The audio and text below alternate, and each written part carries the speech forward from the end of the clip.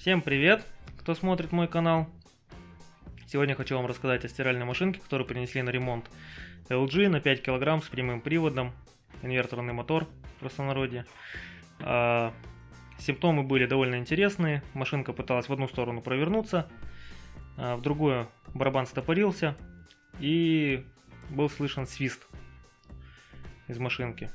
То есть барабан вращался только в одну сторону. Данную поломку получилось устранить. Каким образом это я сделал? Тут вот мы видим блок. Тут стоят датчики холла. Он был залит силиконом. Силикон аккуратно снял. И тут мы видим, сейчас если присмотреться, стояли 4 резистора. То есть раз, вот его ножка, 2, 3, 4. Они были запараллелены. Вот они вот такие вот маленькие стояли. Видим. Стояли по 681 Ом. Как я уже говорил, они в параллель были. Поэтому я взял маленькие резисторы на 330 Ом. 2 штуки.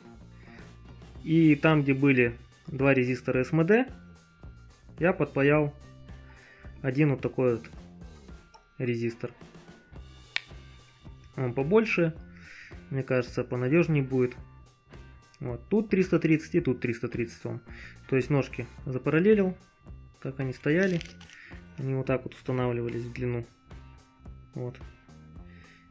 Отпаял их и припаял такие резисторы. Теперь осталось залить герметиком, подождать пока просохнет. Двигатель я уже испытал, все работает. Машинка как часики. Проблем никаких нету. Вот таким вот образом, если у вас появится подобная неисправность, также неисправность проявляется не только когда в одну сторону крутит, а в другую нет. Бывает, что и в обе стороны двигатель не может провернуться, сопровождается свистом. Опять же, это датчики холла, резисторы уходят в обрыв. Так что, кто не боится, можете аккуратно снять эту заливку и припаивать резисторы. А на этом все. Всем пока. Подписывайтесь на мой канал, ставьте палец вверх. Если у кого-то будут еще дополнительные вопросы, задавайте. Я постараюсь вам помочь. До новых встреч в новых роликах.